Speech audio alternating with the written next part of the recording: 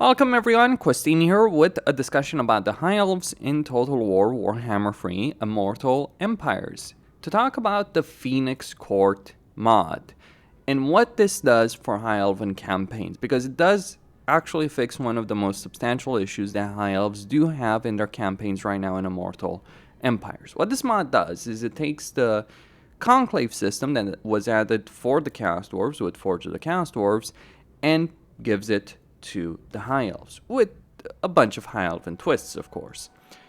But this mod does help resolve one of the most substantial issues that does exist right now for the High Elves in Immortal Empires campaigns. And I do mean every single one of them. See, that issue is Ulf 1 and the Confederations in Ulf 1. Ulf 1 is a very significant benefit to have in your campaign. Significant resources, landmarks, and also, crucially, Tyrion and Alariel as legendary lords to Confederate. There's also Alfarian, of course, to Confederate, but see, the thing about Alfarian, he's certainly a good lord, don't get me wrong on that subject, but compared to the kind of benefits that Alariel and Tyrion give you faction-wide, he's just not quite there. Because like Tyrion and Alariel give you very substantial faction-wide benefits on their own. And also, it's just really fun to have Confederate Legendary Lords. It just makes things more interesting in a campaign. But it is a pain. I'm not saying it's difficult. I'm just saying it is annoying to do it. And it's always very repetitive once you figure out what's the best path. So I'll tell you what the best path is if you're playing a campaign unmodded. Let's say you play a campaign as Tyrion. Here's how you do it. You rush over here to take Southern Everest so that Alfarian doesn't take a single region over here. The reason you want that to happen is that regular confederations, when a AI faction takes the territory, there is a confederation penalty applied. So it's harder to confederate them for a certain number of turns. I forgot the exact number. But regardless, if you want to confederate a faction, you want to deny them territory to begin with. The second thing is faction strength. So the more territory a faction holds, the stronger they are, the more armies they have, actually, the harder it is going to be confederate. But with the High Elves, the twist is, the more territory they hold in Ulf 1, at least this is my experience, feel free to correct me if you think I'm wrong on this, but I've played over 3,000 hours in Immortal Empires, and I've played a decent amount of High Elf campaigns, and this is my experience. The more territory AI factions control in Ulf 1, as opposed to the territory you control, the harder it is to confederate. Basically, the best way to confederate factions over here in Ulf 1, as the High Elves, is to ensure they're not really doing much, they're not conquering territory, they don't have a lot of territory, and ideally that they're weakened. But that alone is not going to be enough. Like, even if they lose all their armies, but they have a lot of territory, you might find it impossible to confederate. And the issue this creates, if you don't cheese, you may spend dozens and dozens of turns being unable to confederate these factions. Whereas with virtually every other race, you would be able to do it. It's a weird system. I think there needs to be some updates. I really think it's down to Ulf 1 itself. Like, maybe the Guardian aspect, the personality of the AI, because the High Elves do have that Guardian personality. Alariel has it, Tyrion has it, right? So that might be down to it, because, like, yes, different AI factions do get it. So it's probably Guardian and Aloof together, right? Like, it's easy enough to get a lot of deals with the High Elves, but it's difficult to confederate them unless you control a vast amount of Ulf 1. Probably because of Guardian. And because of Aloof also playing some role in that. So I think that should change, but this mod does give you that change. Because, like with the Chaos Dwarfs, you have guaranteed confederations. Now, you also have the minor factions represented here, so you don't have a Chaos Dwarf situation where there's that one minor Chaos Dwarf faction which can't be confederated. You have all of them. The reason this was done, I believe, is because of mods that do make those minor factions into playable factions. So, Katik, as an example, Tirana, Crix, all that. So that this can be used with other mods. Honestly, I wish there was a High Elf mod that did fix another one of their very substantial issues.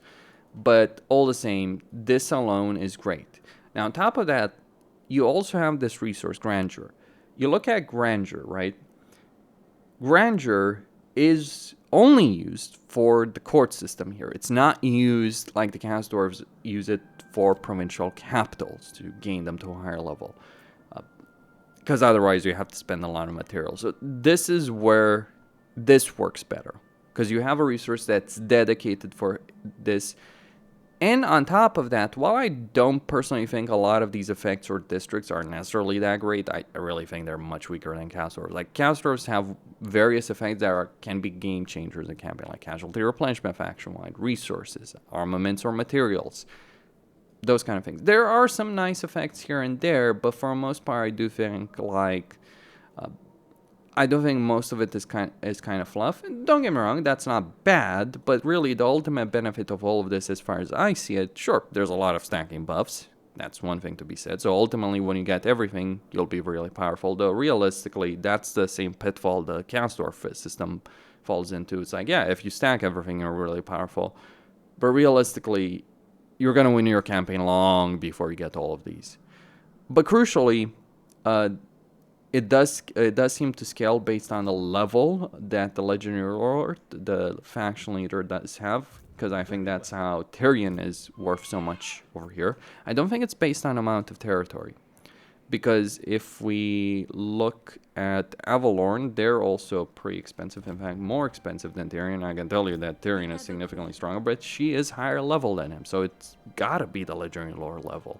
Like, yeah, Lara does have some decent territory. She's also lost some territory over here to Noctilus of all people. And also, she's lost her capital, I believe. Yeah, got it back.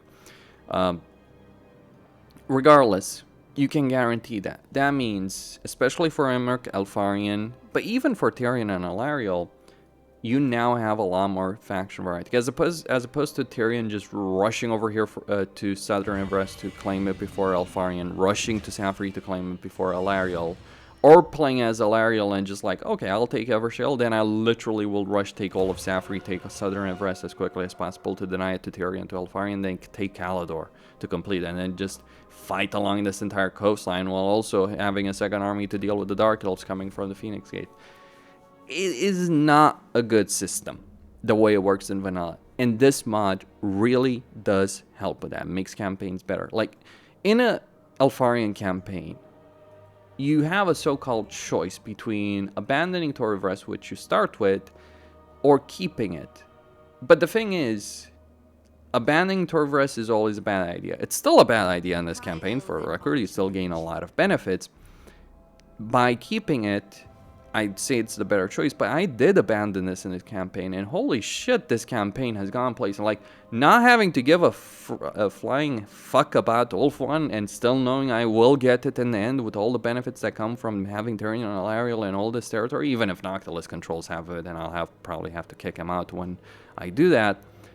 That made this campaign so much more fun. If you're wondering about the situation over here, you start with an army here. If you move it out of the region before you take another settlement, and thus triggering the event with Tor of Rest, you can keep that army. And then you can use global recruitment to recruit a bunch of troops and go beat the shit out of Grom with the secondary army. Yeah, that was hilarious. I did that. Because Grom is kind of screwed over right now, so yeah. There's a subject I want to tackle. It's like, people talk about Doomstacks. Anyone who plays with Doomstacks is playing in a highly inefficient way. So, like, Elven, Spearmen, and Archers can defeat the vast majority of game threats when they matter, and if they're not enough, bring a second army of them. Or a third, a fourth, a fifth. It doesn't matter. It's probably more efficient for resources. This is one of the most, well, even ignore the regiments right now. This is one of the most efficient High Elven armies. Maybe some more heroes if you can afford it. I really wish there was a mod that did fix the big issues for High Elves. Like, instead of like, oh, let's add units and all that, how about making the research tree better? Or faster or more accessible? How about a mod that allows you to recruit units at a lower tier and allow you to recruit all heroes at tier 2 and increase capacity at tier 3, regardless of which Legendary Lord you're playing as? That would be great, wouldn't it? Sounds fantastic. But I guess we have to wait for CA if they ever decide to do that for High Elves, because apparently, I'm sorry, I'm being harsh here, but I'm surprised how many races don't have these kind of mods. I don't think it's really that hard to do, but yeah. This system is great, though. it does fix one issue. And look, if you can improve the baseline campaign experience instead of it just being pure fluff, that is a significant win from my perspective. This mod is a significant winner. It's kind of like Warband upgrade. Like, my perspective on things like Warband upgrade and Conclave system, some people will argue, oh, this race should keep these systems. No. I think that if the system is really good and you realize it can be used for more races, or in the case of Warband upgrade, to some degree or another be used for all races, it should be. I certainly don't think that you have to have so many exclusive campaign or racial systems. When it makes sense, of course, right? When it makes sense. The Conclave system would obviously not work for every race. I think Warband upgrade, to some degree, would work for every race. With more limitations than Warriors of Chaos, to be sure. Maybe some structure requirements, that kind of stuff before you can use it. Yes, structure. You all have to own a structure. You have to actually get to the tier as opposed to just, getting to tier 5 units very early in your campaign.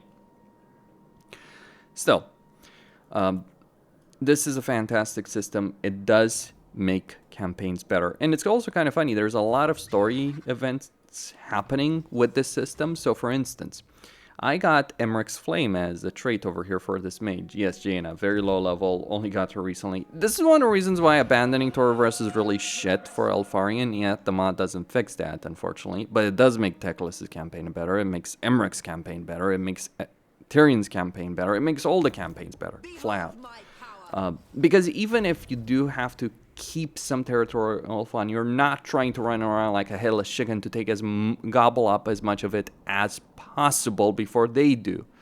Because if you do let them, you just will confederate them far slower. But what I really found fun here is like all these events. So there's a bunch of different dilemmas that do affect diplomacy with these factions and give you grandeur for the court and all that. And one of those was Emmerich pursuing Miao Ying, and it's like, I decided to covertly aid him, that you could support him openly, you could mock him, or you could support him quietly. I supported him quietly. Then I got the second event where this mage just was randomly chosen to be like the messenger to tell you, yeah, the Cathans would not appreciate what Emmerich tried to pursue Miao Yang. The meme of that is alive. I love it. And so I got the choice between just giving up trying to help Emmerich, sending this mage as a messenger to Miao Yang, which crashed my game, so there's some stability issues with that. Just those kind of events, some choices with events. Might be other mods interfering as well. Or make her Emmerich's consort. I do keep her. She gains that trait. It's kind of funny and hilarious, I gotta say. Holy shit. Like, this is actually the most fun I've ever had playing Elfarian's campaign, just because I didn't have to deal with this fucking donut. Because I know I'm gonna get that donut. I know. You might think like, oh, it's turn 35, but like, yeah, I probably would have optimized things more. This was just really the first go with the mod, so there are ways, I'm sure, to optimize it, to increase it. I do feel that maybe the pacing is designed to be too slow for how campaigns actually are. Look, let me be as blunt as possible. Campaigns are most interesting, or the most compelling things in a campaign happen before turn 30. One of the problems with the Chaos Dwarfs, who have this system as well, is that by the time they really get to a lot of the fun stuff and confederations and all that, the campaign is over. So that is an issue, but at least you know you can get this. I would still recommend keeping Tor of Rest as Elfarian, but just Tor of Rest. That's it. You don't have to worry about like, oh, let me take Southern of Rest, let me take Calador, let me take the entire coast, and then, oh, I do that, and then it's like Marathi and Silostra declare war on me. No, you don't have to do this in this campaign. In fact, you can even give all that territory to Tyrion and Alariel and still confederate them. Whereas if you do that in vanilla game, you are literally screwing yourself over. You have an ally that's questionable quality that you won't be able to confederate very easily for a very, very long time. Eventually it does work out and you can manage it, but geez, the amount of turns that takes on itself means that it literally won't happen in a regular campaign. So you gotta, the only way to make it work by vanilla is to cheese the shit out of it. And that feels like crap. Like when you're forced to cheese a campaign to achieve an outcome that other races can just do in a much simpler, like play a campaign as say the Empire, you can get a lot of confederations just far easier. Hell, even greenskins can confederate through a normal campaign. I'm not talking about beating each other up. You can still do that. But even greenskins, who aren't exactly known for the prime diplomacy, can still get confederations for regular diplomacy faster. What can I say on this subject? So yeah, it is great. I do think that like you should still be able to do it diplomatically, but you know what? Maybe not. I think Confederation as a whole, as a system, does need an update. This is a mod. CCA, if they bothered, could do a more complete job. But for a mod, this is great. Undeniably so. And there's a saying in Romania, steal this. Basically, steal this idea, implement it. Give them credit, of course. But yeah, CA should take this and use it. Because it is a great thing. Costin signing out.